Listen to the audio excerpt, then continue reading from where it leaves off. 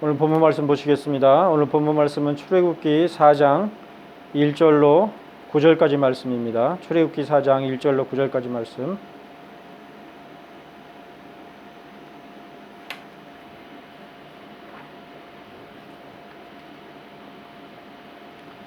모세가 대답하여 이르되 그러나 그들이 나를 믿지 아니하며 내 말을 듣지 아니하고 이르기를 여호와께서 내게 나타나지 아니하셨다 하리이다.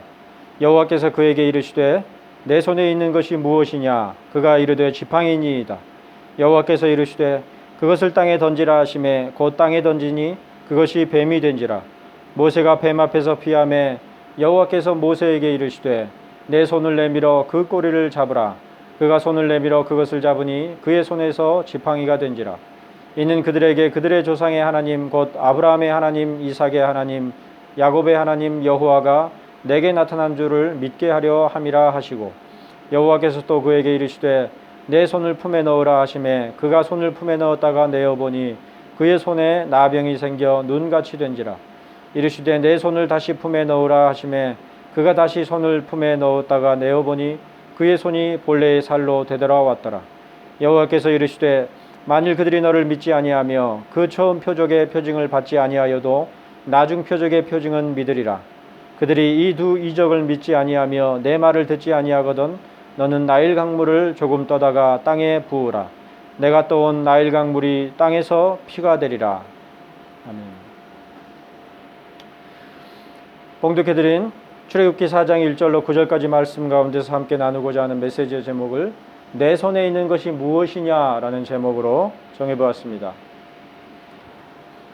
오늘 우리들이 살펴보는 출애굽기 본문은 구약 성경, 그 가운데서도 모세오경이라고 통칭되는 가장 오래된 구약 성경의 본문들 가운데 한 부분입니다.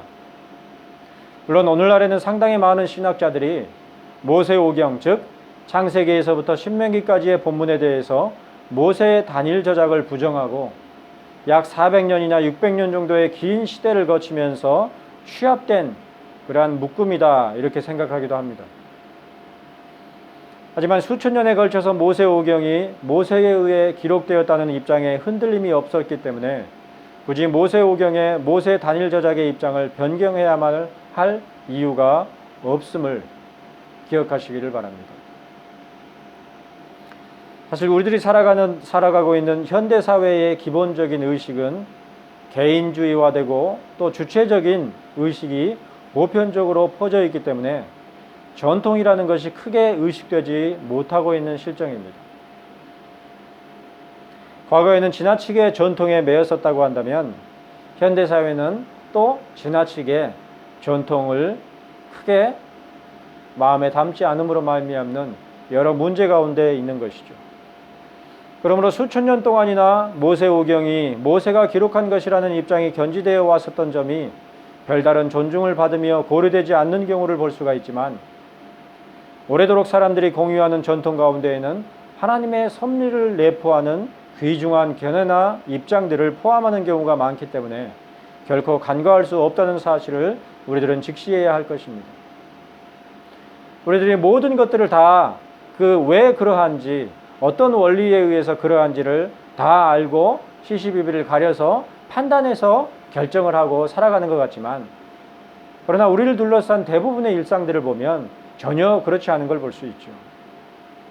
다들 그렇게 해오기 때문에 또는 별 생각 없이 또 전통에 의해서 해오는 그런 일들이 대부분이죠. 때로는 그런 부분들에 대해서 문제의식을 가질 필요도 있지만 그렇다고 해서 그런 것 자체를 다 배제하고 부정하면서 새롭게 시작을 하려고 한다면 결코 평안할 수도 없고 오히려 혼란만을 야기한다는 것을 지금 사회 가운데서 우리가 겪고 있는 것이죠. 무엇보다 모세오경이 모세에 의해 기록된 것이라는 입장에는 창세기로부터 신명기까지의 성경 본문을 이해하고 해석하는 데 있어 모세의 상황과 형편을 상당 부분 반영하게 된다는 점에서 중요한 문제라 할 것입니다. 물론 그것을 기록하도록 하신 실제적인 저작자는 그 모든 본문들을 계시하신 하나님께 있는 것이지만 부분적으로는 모세의 일생을 이해하고 적용함으로써 비로소 그 의미를 직접적이고 풍성하게 이해할 수 있는 경우들이 있다는 점에서 모세의 저작을 인정하는 문제가 중요하다 하겠습니다. 모세의 살아온 인생과 또 모세에 대하여서 우리가 알고 있는 바를 전제하고서 본문을 살펴보게 될 때에 그 가운데서 훨씬 풍성한 의미들을 깨달을 수 있다라는 점에서 그 점이 생각보다 중요한 것이죠. 이처럼 우리들의 삶 혹은 신앙 가운데에는 믿음이 전제되어야만 하는 경우들이 비일비재합니다.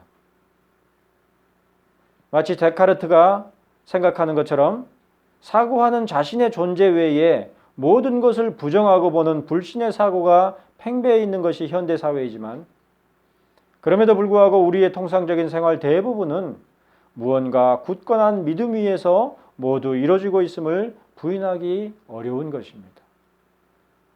신앙의 문제만이 아니고 일상생활에 있어서도 믿음과 신뢰의 문제가 없이는 살아갈 수가 없는 것이죠. 예컨대 일생 동안 거의 확인할 기회가 없었음에도 불구하고 자신의 부모들에 대해서 부정하고 이를 확인해야겠다 생각하는 자식들은 아마 거의 없을 것입니다.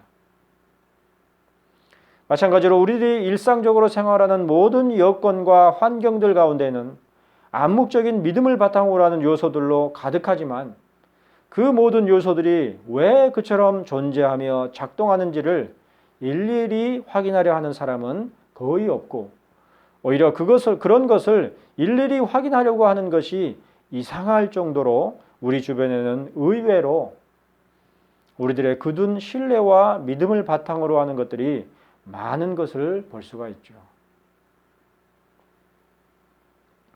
그러므로 모세오경이 오래전부터 모세 한 사람에 의해 기록된 것이라고 알려져 있는 전통적인 입장을 굳이 부정하고 이를 확인하거나 검증하려는 양상은 이러한 통상적인 우리의 삶의 바탕을 애써 거스르는 불편을 감수하는 입장이라 하겠습니다.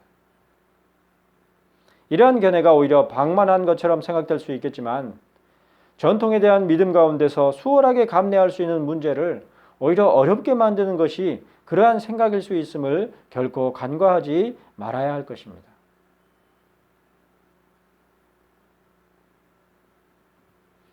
자, 어쨌거나 분명한 것은 우리의 생활에 있어서 믿음을 배제하고서 살아가기 어렵다는 분명한 현실의 문제일 것입니다.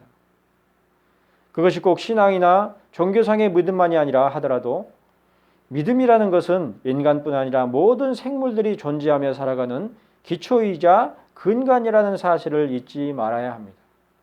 입으로 시인하지 않는다 할지라도 모든 살아가는 것들, 이 세상 자체가 어떤 믿음의 요소를 바탕으로 해서 서 있는 것이다. 이렇게 말할 수가 있는 것이죠.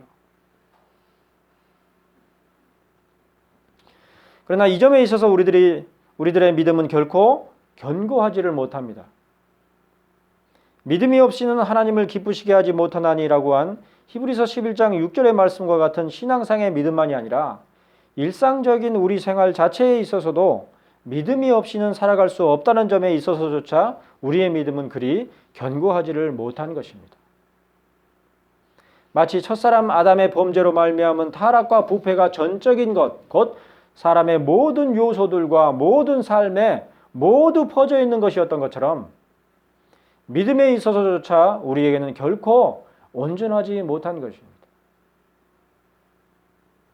우리 자신이 얼마나 전적으로 무능력하고 부패한 존재인지를 안다고 한다면 겸손하지 않을 수가 없는 것이죠. 예컨대 누군가를 혹은 어떤 일을 영원히 잊지 않겠노라고 쉽게 말하곤 하는 것이 우리들이지만 정작 우리의 일상 대부분에서 누군가에 대해서나 어떤 일에 대한 기억은 그다지 오래가지를 않지요. 오히려 비정상적이거나 병적인 집착을 보이게 되는 경우가 아닌 이상 보통의 사람들은 대부분의 일상에서 그리 깊게 생각하고 또 오래 생각하지 않으며 쉽게 잊어버리는 그런 일이 비일비재한 것이죠.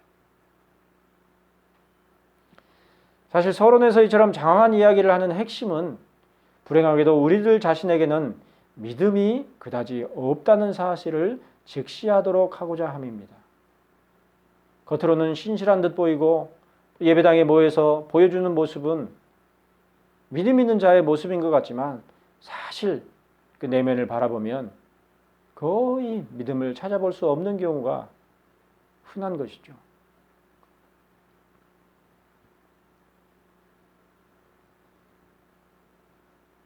우리들은 흔히 성경의 인물들을 믿음의 조상들 혹은 믿음의 인물들로만 생각하는 경향이 있습니다.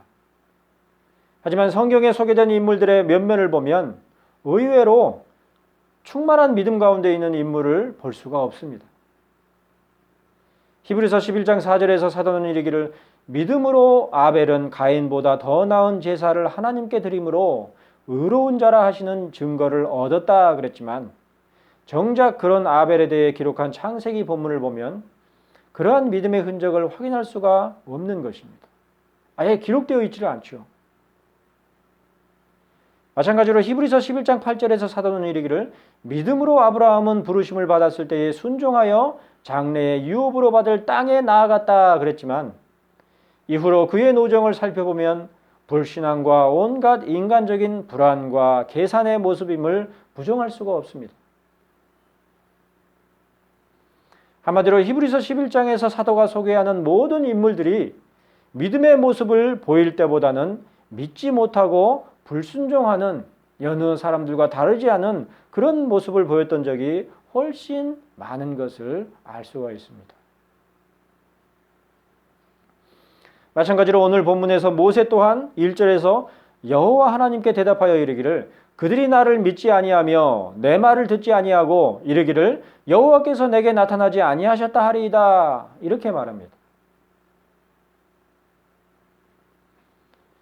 이전까지 누구에게도 나타내지 않으신 스스로 있는 자로서의 자신의 이름을 말씀하시고 또한 이스라엘 백성들에 대해서는 그들에게 더욱 친숙한 조상들 곧 아브라함의 하나님, 이삭의 하나님, 야곱의 하나님으로 자신을 소개하도록 하시는 여호와 하나님의 보내심 앞에서도 모세는 여전히 그 마음을 움츠려 불신의 마음을 드러내고 있는 것이죠.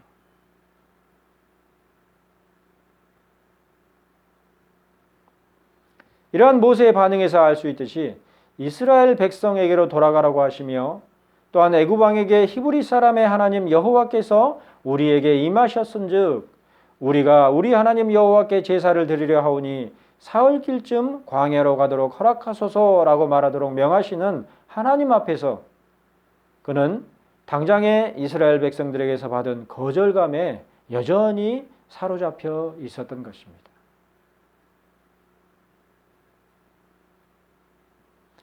이처럼 이스라엘 자손들이 고된 노동으로 말미암아 탄식하며 부르짖는 소리를 위에서 들으시고 또한 아브라함과 이삭과 야곱에게 세우신 하나님의 언약을 기억하사 그의 백성 이스라엘을 돌보시는 여호와 하나님의 손길 앞에서 모든 믿음의 자손들 곧 이스라엘 자손들과 모세에 이르기까지 하나님께서 기억하시는 모든 자들이 보여주는 모습은 믿음이 없는 불신앙의 모습인 것입니다.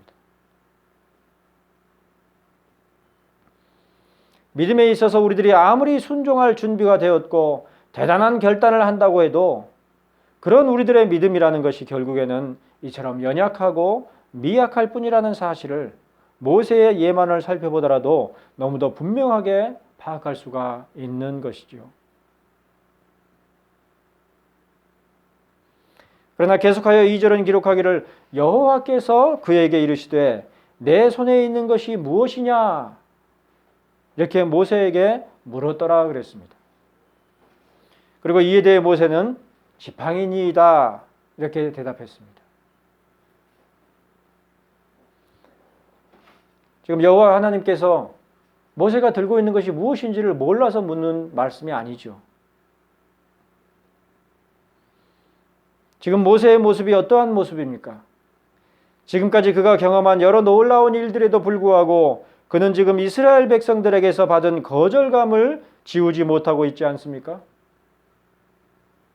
더구나 그에게는 아무런 권위나 권세도 없으며 그의 손에 잡은 기다란 나무 막대기인 지팡이만이 유일하게 부릴 수 있는 도구일 뿐이니 아무리 생각해도 그런 그를 이스라엘 백성들이 쉬이 깨닫고 받아들여 줄 리 만무하다고 생각하고 있는 것입니다. 나무 지팡이를 쥐고 나타난 이름 없는 목동이 이스라엘을 이끌 자라고 누구도 기대할 수 없는 것이죠.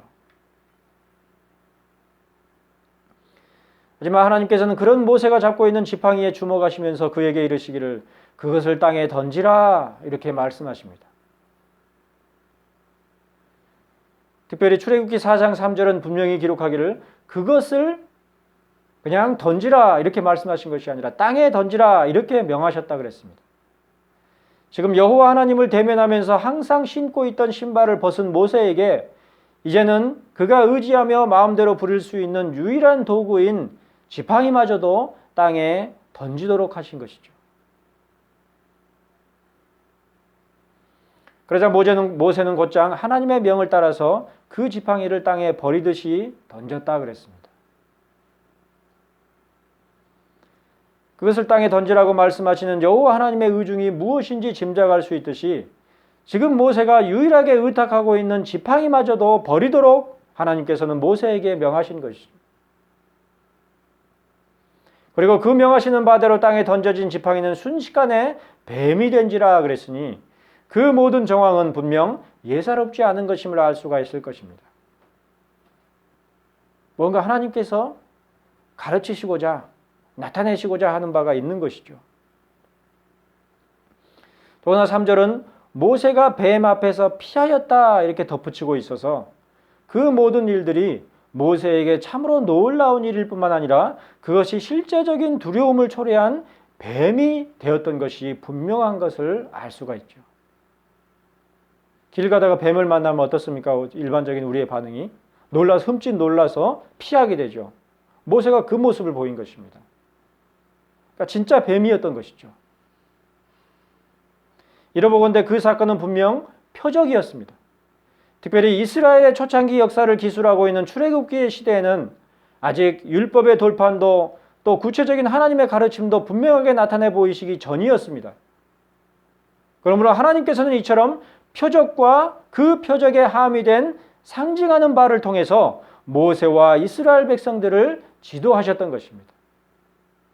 즉 히브리서 1장 1절에서 사도가 이른 바 옛적의 선지자들을 통하여 여러 부분과 여러 모양으로 우리 조상들에게 말씀하신 하나님에 관한 실제적인 예시의 본문이 바로 지금 우리들이 살펴보는 바 출애굽기 4장 초반부의 이적들인 것이죠.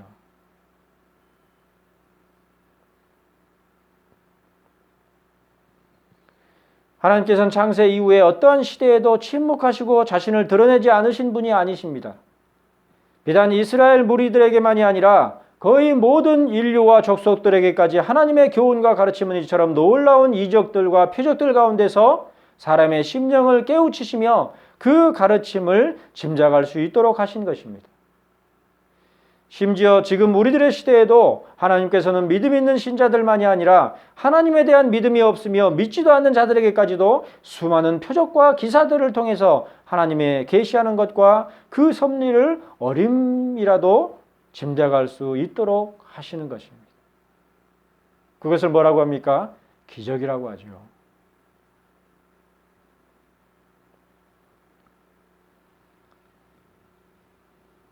그러니까 믿는 신자들에게만 기적적인 일이 생기는 것이 아니라 믿지 않는 자들에게도 때로 기적적인 일들이 일어난다는 것이죠.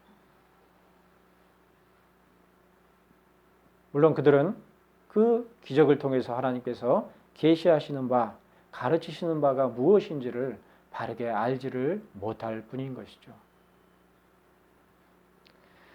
자, 그러나 오늘 우리의 믿음의 자녀들에게는 그처럼 놀랍지만 구체적이지 않은 표적과 기사들만이 아니라 전혀 놀라운 것이 아닌 듯 하면서도 사실은 참으로 놀라운 하나님의 일들을 생생하게 바라볼 수 있도록 하는 성경을 통해서 부드럽게 그리고 때로는 말할 수 없는 놀라움으로 측량할 수 없는 일들을 깨닫도록 하십니다. 무엇보다 그 모든 일들에 대한 이해와 가르침은 우리가 지닌 인간적인 집중력과 지혜를 가지고서 파악하거나 습득할 수 있는 것이 아닙니다. 오히려 지금도 일하시는 하나님의 영이신 성령님의 역사하심과 가르쳐 주시는 것을 통해 비로소 사소한 일들을 기록한 본문 하나하나가 크고 놀라운 경륜을 깨닫게 하는 하나님의 말씀으로 읽히게 되는 것입니다.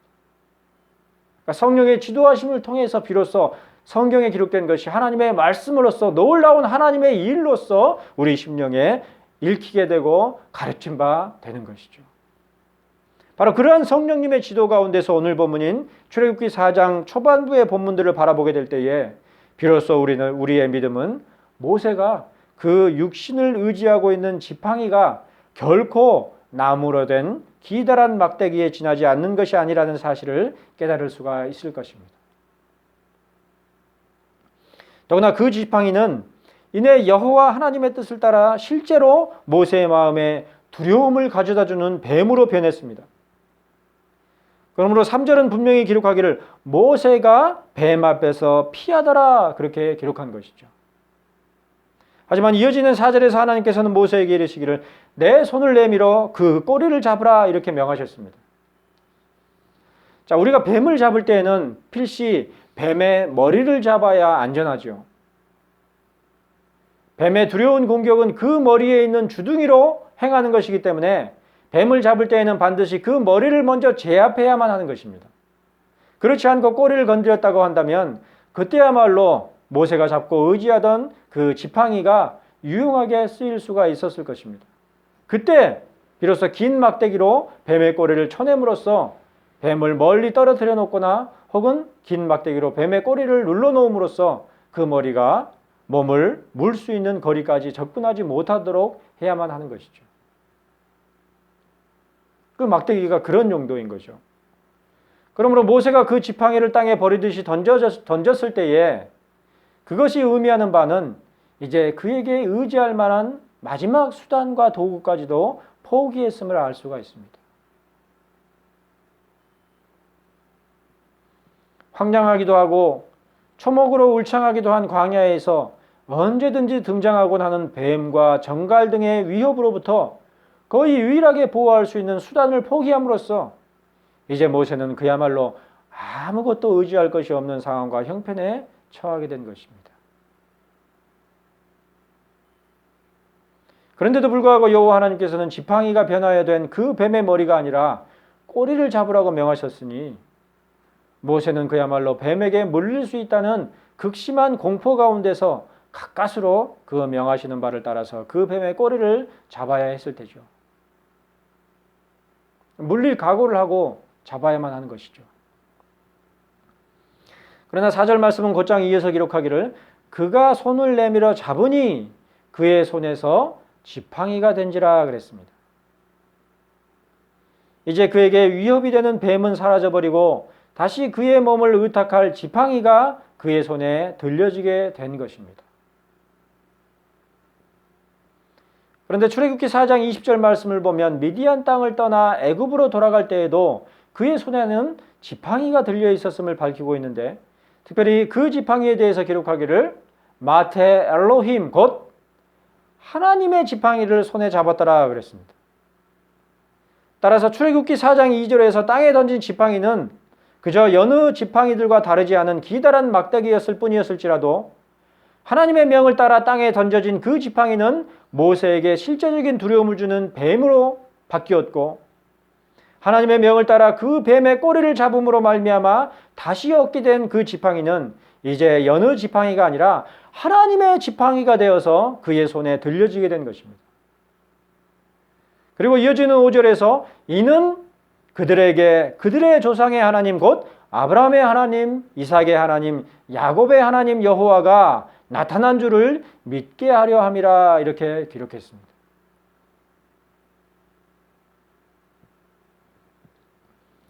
지금까지 그가 손에 쥔 지팡이는 양들을 치는 막대기에 불과했습니다. 때로는 양들을 몰기도 하고 때로는 양들에게 위협이 되는 뱀이나 전갈대를 물리치는 도구이기도 했던 막대기 지팡이였지만 그러나 이제 그 지팡이는 마테 엘로힘 곧 하나님의 지팡이가 되어서 이스라엘 자손들을 광야로 몰고 나오며 또한 이스라엘 자손들을 온갖 위협으로부터 보호하는 하나님의 권능을 나타내는 도구가 된 것입니다.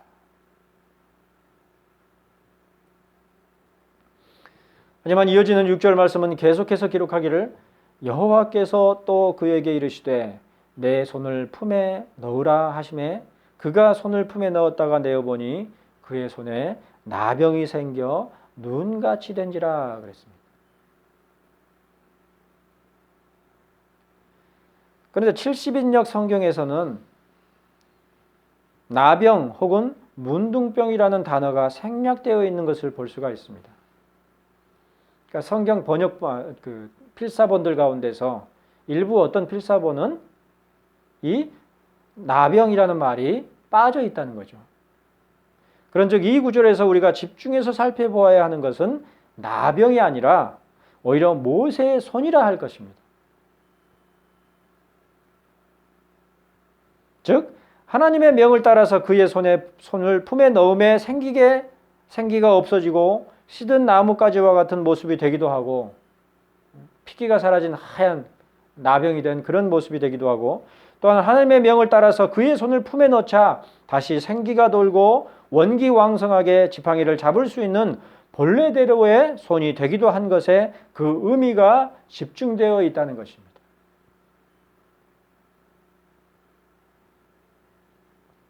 그러니까 특별히 나병이 어떤 의미가 있는가에 집중할 것이 아니라 종합적인 정황 가운데서 봐야 한다는 것이죠. 특별히 8절에서 모세는 기록하기를 여호와께서 이르시되 만일 그들이 너를 믿지 아니하며 그 처음 표적 뭡니까?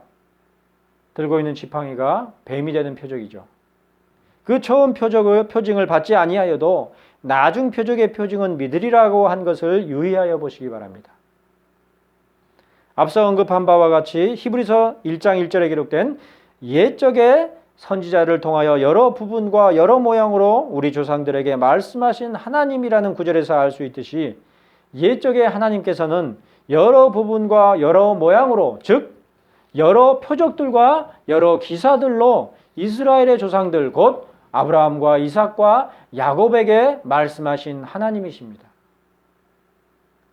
그리고 옛적이라 할 구약시대의 하나님께서는 아브라함과 이삭과 야곱에게 이적과 더불어 특별한 표적들로서 그 뜻을 가르치셨습니다. 그런즉 오늘 본문인 출애굽기 4장 2절로 7절에 기록된 표적은 표징을 내포한 하나님의 가르침이었음을 밝힌 것이 바로 8절에 기록된 바 만일 그들이 너를 믿지 아니하며 그 처음 표적의 표징을 받지 아니하여도 나중 표적의 표징은 믿으리라고 한 말씀인 것이죠. 한마디로 오늘 본문인 출애굽기 4절 초반부 말씀들 가운데에는 모세를 친히 가르치시는 여호와 하나님의 교훈들을 기록하고 있는 것입니다.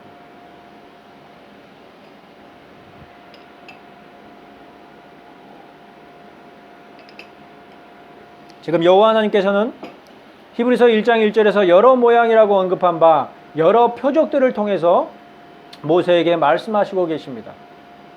또한 히브리서 1장 1절에서 여러 부분이라고 언급한 바 여러 표징들로서 모세뿐 아니라 이스라엘 백성들에게도 말씀하시고자 하셨습니다. 그리고는 8절에서 만일 그들이 너를 믿지 아니하며 그 처음 표적의 표징을 받지 아니하여도 나중 표적의 표징은 믿으리라고 말씀하셔서 그 모든 표적과 표징이 목적하는 바에 관해서도 이미 모세에게 소상하게 가르쳐 주셨습니다. 그런데 하나님께서 그 처음 표적 곧 모세의 손에 들려있던 지팡이를 땅에 던지자 뱀이 되고 그 뱀의 꼬리를 잡자 다시 그 손에서 지팡이가 된 그 표적의 표징을 받지 아니할지라도 나중 표정 곧 모세의 품에 넣은 손에 나병이 들기도 하고 다시 모세의 품에 넣은 손이 원래대로 회복되기도 하는 표적의 표징은 믿으리라고 하신 것을 통해서 우리들은 아주 중요한 하나의 가르침을 볼 수가 있습니다. 즉 하나님의 명을 따라 땅에 던진 지팡이가 뱀이 되고 하나님의 명을 따라 그 뱀의 꼬리를 잡았더니 다시 원래의 지팡이로 돌아온 그 표적 가운데서 우리들은 미약하나마 모세에게 있는 믿음이 그러한 놀라운 표적의 근거가 될 수 있었다고 생각할 수 있을 것입니다.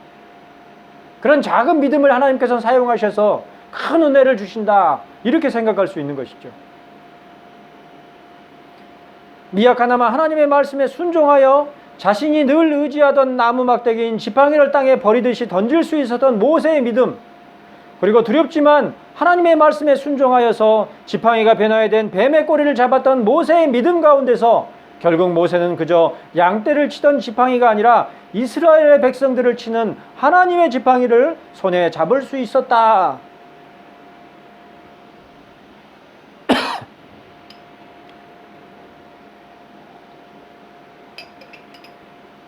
이렇게 생각할 법한 것입니다. 하지만 그 처음 표적의 표징을 받지 아니하여도 나중 표적의 표징은 믿으리라는 8절 말씀 가운데서 알 수 있듯이 모세에게나 이스라엘 회중들에게 더욱 강력한 메시지가 되는 표적은 바로 하나님의 명을 따라 품에 넣은 모세의 손에 나병이 생기기도 하고, 또는 하나님의 명을 따라 다시 품에 넣은 손에 나병이 사라지기도 하는 그 표적의 표징입니다. 바로 그 표적의 표징이야말로 모세와 이스라엘 회중, 그리고 지금 우리에게까지 중요한 믿음의 가르침을 주는 것입니다.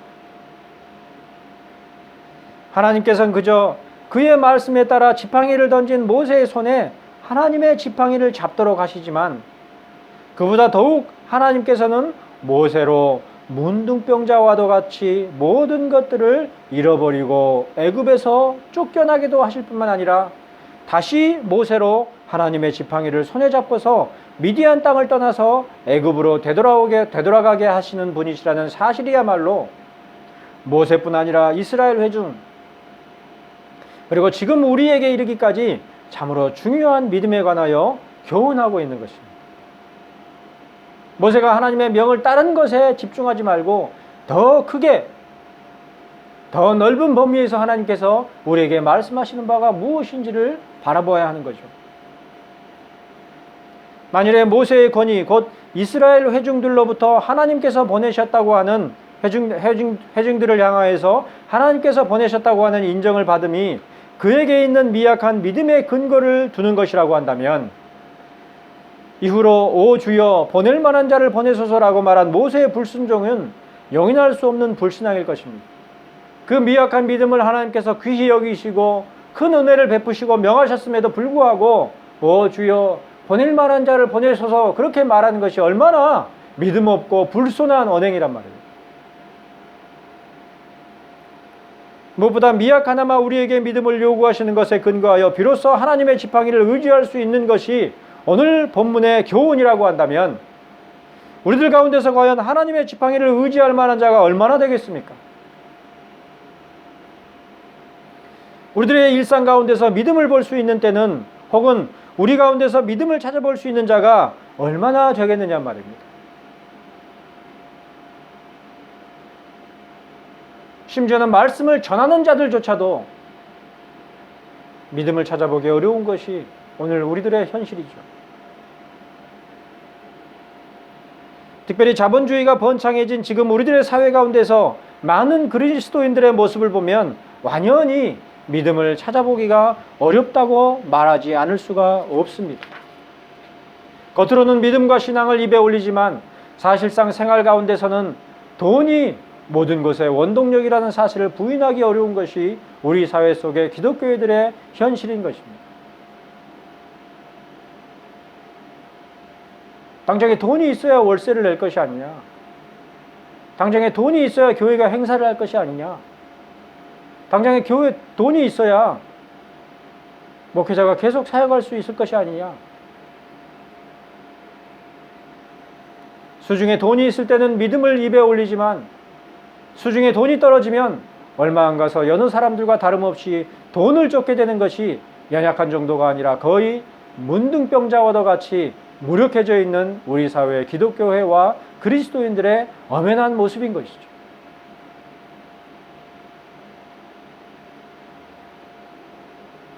그러나 오늘 출애굽기 4장 8절 말씀에서 여호와 하나님께서는 모세에게 이르시기를 그 처음 표적의 표징을 받지 아니하여도 나중 표적의 표징은 믿으리라고 말씀하셨습니다. 그런즉 모세에게 있는 순종의 근거가 아니라 모세의 손에서 그 생기를 빼앗아 가기도 하시고, 또한 모세의 손에 그 생기를 다시 되찾아 주시기도 하시는 전능하신 하나님만이 유일하며 직접적인 믿음의 터전이요 출처라는 사실을 우리들은 깨달아야만 하는 것입니다. 바로 그러한 하나님, 전능하신 천지를 만드신 하나님 아버지이실 뿐만 아니라 전능하사 죽은 자를 살리시며 없는 것을 있는 것으로 부르시는 이이신 아브라함의 하나님, 이삭의 하나님, 야곱의 하나님이야말로 모세의 믿음의 근거요, 이스라엘 회중의 믿음의 근거이며, 무엇보다 지금 우리들의 시대에도 여전히 유일한 믿음의 근거요 소망이라는 사실을 깨달아야만 하는 것입니다. 우리가 하나님을 믿고 붙잡는 것이 아니라 우리의 믿는 바 하나님께서 우리를 굳게 붙잡고 우리를 이끄시고 그의 뜻대로 주장하신단 말이에요. 끝으로 오늘 본문 9절은 기록하기를 그들이 이 두 이적을 믿지 아니하며 내 말을 듣지 아니하거든 너는 나일 강물을 조금 떠다가 땅에 부으라. 내가 떠온 나일 강물이 땅에서 피가 되리라 말씀하셨습니다. 그 말씀의 뜻이 무엇입니까? 그것은 앞에 두 표적과 표징을 보고서도 그 마음의 믿음이 동반되지 않는다고 한다면 끝으로 보여줄 수 있는 것은 모든 생명의 근원이 죽음의 근원이 될 것이라는 사실, 애굽의 풍요와 생명의 근원이 되는 나일강, 그 풍요와 생명력을 뱀으로 상징하여 숭배하던 그것이 오히려 죽음을 나타내는 피로 변하게 될 것임을 나타내는 그 마지막 표적만이 심판의 경고로서 명확할 것임을 밝히신 것입니다. 앞서 언급한 두 표적과 표징은 공이 믿음을 촉구하는 것이라고 한다면 이제 그 뒤에 이어서 소개될 표적이자 마지막 표적인 나일 강물이 땅에서 피로 변하게 되는 것은 심판을 나타내는 것입니다. 이러보건대 하나님께서는 분명 우리들에게 믿음을 요구하십니다. 그리고 그 믿음을 위하여서 하나님께서는 옛적부터 여러 부분과 여러 모양으로 말씀해 주셨습니다. 하지만 그처럼 우리에게 믿음이 요구된다 할지라도 그 믿음은 우리의 신앙과 우리의 성화 그리고 우리의 구원에 있어 아무런 근거나 바탕이 되는 것이 아닙니다. 믿음은 우리 자신의 신앙과 성화 그리고 우리의 구원에 있어 가장 최소한으로 요구되는 공로가 되는 것이 아니라 다만 죽은 자를 살리시며 없는 것을 있는 것으로 부르시는 이이신 전능하신 하나님, 자신을 가리켜서 스스로 있는 자라고 말씀하신 그 하나님의 택하심과 은혜로 말미암아 우리에게서 그를 믿고 의지하는 믿음까지도 수반되는 것이라는 사실을 깨달으시기를 바랍니다. 우리가 믿음으로 말미암아 하나님의 의에 이르는 것이 아니라 하나님께서 우리를 택하시고 우리에게 믿음을 주심으로 말미암아서 우리가 믿고 의에 이르고 그리스도께로 나아가고 그리스도의 말씀을 따라 순종하는 하나님의 백성으로 살아가는 것이란 말이에요. 우리의 믿음이란 무엇입니까? 우리의 믿음이란 우리 속에서는 가장 최소한의 요구이지만 하나님의 역사 가운데서는 오히려 죽은 것이요 없는 것이라는 사실을 깨달으시길 바랍니다. 울어도 못하네, 눈물만이 흘려도 힘써도 못하네, 그 찬송의 가사와 같이 우리에게 있는 그 어떤 것도 하나님 앞에서는 없는 것이나 마찬가지란 말이에요.